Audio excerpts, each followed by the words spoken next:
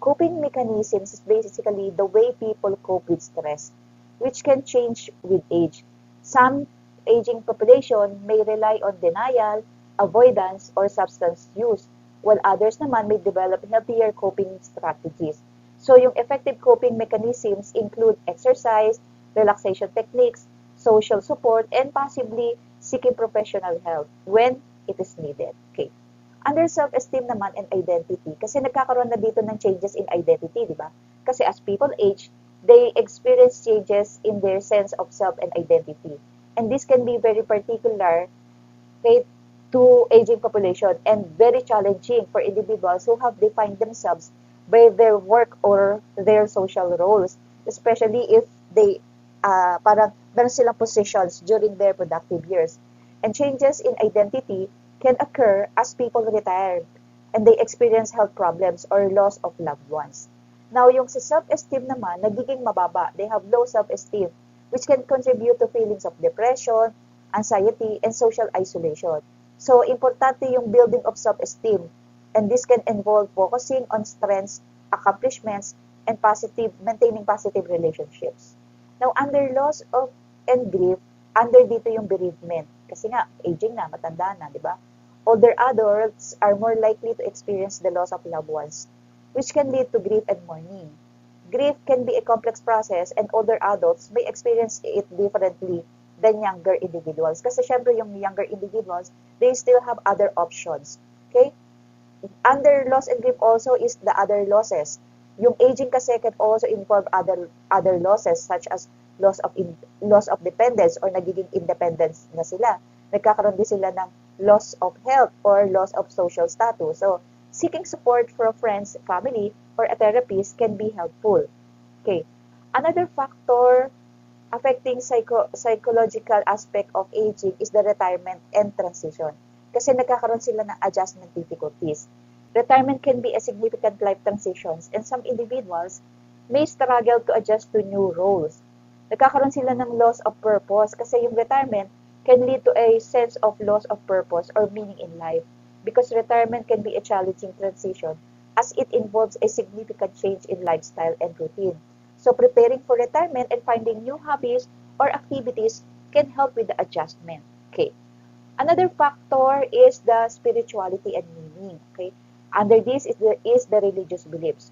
Kasi spirituality and religious beliefs can provide comfort, meaning, and a sense of purpose for older adults. Engaging in spiritual practices such as prayers, di ba, can be beneficial for them. They also experience yung existential questions. They question their existence. As people age, they may grapple with existential questions about life, about death, and about their place in the world. So it is very important for us to address these psychological factors to support the overall well-being of aging adults by providing emotional support, encouraging healthy coping mechanisms, and we can help them foster a sense of purpose. We can help older adults navigate the challenges of aging with resilience and dignity. Okay. Now, how about emotional challenges where they experience mood changes and social and emotional changes? Okay? Kasi as people age again, they may experience various emotional changes. And these changes can affect their mood, behavior, and overall well-being. Okay? So, under mood changes, nagkakaroon sila ng depression, which is a common mental health condition among older adults. They also experience anxiety, which can also affect older adults, leading to feelings of worry, feeling of fear, or restlessness. They also experience irritability. Okay? Nagiging irritable sila. Yung older adult kasi may become irritable or impatient as they grow, as they age. Okay? So, social and emotional changes naman, they experience loneliness, especially if they encounter loss of loved ones.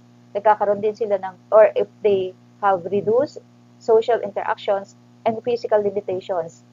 All this can contribute to feelings of loneliness. Yung grief naman, okay, can also be experienced by older adults. Kasi because of this can be related to loss of loved ones or friends or loss of their dependents kasi nagiging independent na sila. This also happen because they experience changes in identity. Because as people age, they may experience changes in their sense of self and identity. So again, it is very important for us nurses to note these changes that are common, but you have to remember that they are not inevitable because many older adults maintain their mental health and well-being throughout their lives. So to support the emotional health of aging adults, napaka-importante sa atin to become their source of encouragement and to encourage them to continue social interaction because this can help older adults stay connected with friends and family. Let us provide them emotional support. We can offer a listening ear and provide emotional support to older clients. Promote mental health, okay? Encourage healthy lifestyle such as yung exercise, balanced diet, and adequate sleep. Now, if needed na talaga, encourage them to seek professional help, okay? If we are really concerned about the older adults' mental health, we encourage them to seek professional help. Kasi by addressing all these emotional changes, we can help them to maintain their quality of life and well-being. Okay, now, moving forward, let's talk about risk factors associated with chronic illness. Okay. Ang chronic illness are conditions that persist for a long period of time. These often require ongoing medical attention, and older adults are particularly susceptible to chronic illnesses due to several factors. Okay, so under this, we will discuss or we will explore various risk factors associated with chronic illness in the care of older people. So providing insights into prevention and management strategies will also help us to become more effective in managing our older clients. Okay, so the first risk factor is age-related physiological changes. Again, yung cardiovascular system natin. Kasi there are age-related changes in the heart and blood vessels which can increase the risk of heart disease, stroke, and hypertension. Okay? Under this then, sa physiologic, yung respiratory system natin, nagkakaroon ng decrease ng capacity and elasticity which can contribute to chronic respiratory conditions such as COPD and pneumonia. Nagkakaroon din ng effect sa musculoskeletal system, nagkakaroon ng weakening ng muscles and bones which increase the risk of falls, fractures, and osteoarthritis. Nagkakaroon din yan ng effect, yung age-related physiological changes on the sensory system kasi it can lead to decline in vision and hearing and can impact daily activities and overall health. Okay, another effect of these changes is in the nervous system. Meron silang na-experience or they encounter age-related changes in the brain which can increase the risk of dementia and cognitive impairment. Okay. Another risk factor is the lifestyle factors. Included dito yung diet, unang-una yung diet. Kasi a diet high in unhealthy fats, processed foods, excessive sodium can contribute to chronic diseases such as yung heart disease, stroke, and diabetes. The lack of physical activity naman can increase the risk of obesity, heart disease again, diabetes, and chronic conditions.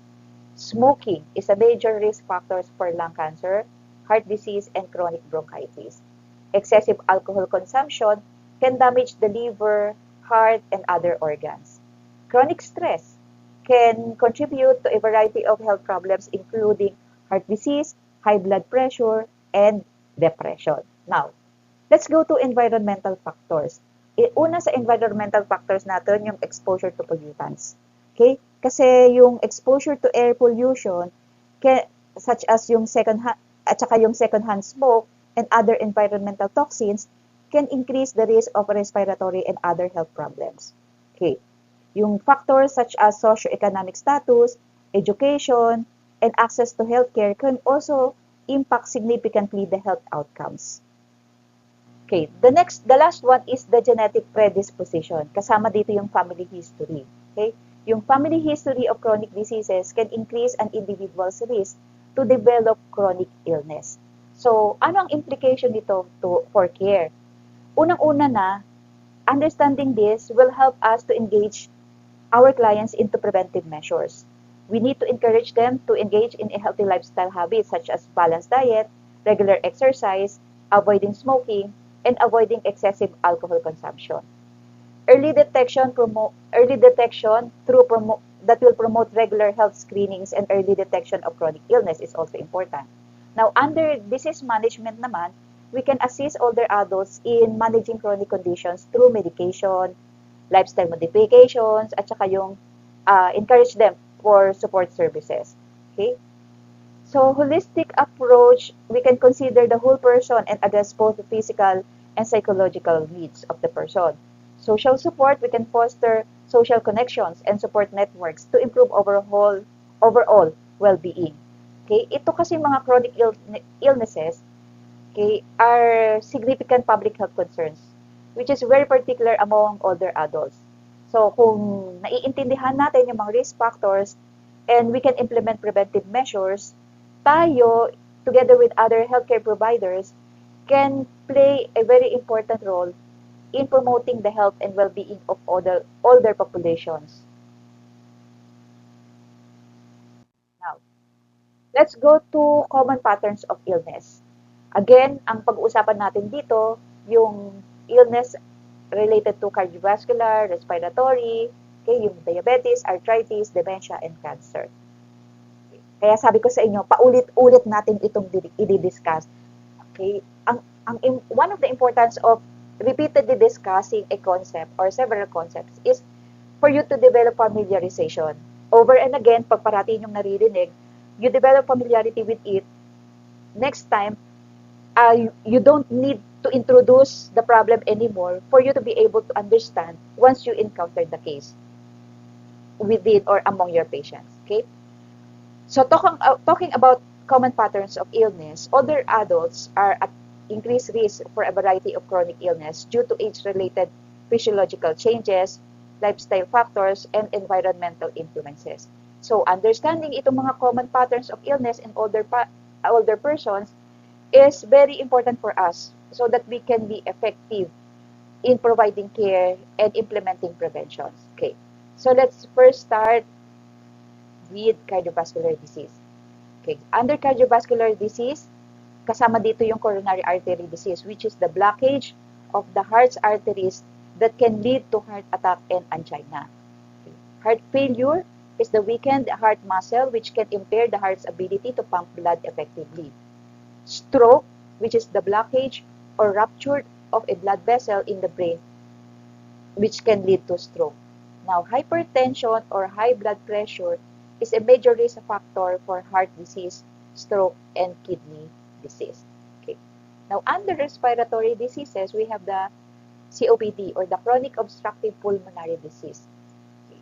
Chronic bronchitis and emphysema are common conditions affecting our lungs. Pneumonia naman is a lung infection that can be serious in older adults. They can also, common din sa kanila yung asthma. Okay? While asthma is less common in older adults, asthma can still occur and worsen with age.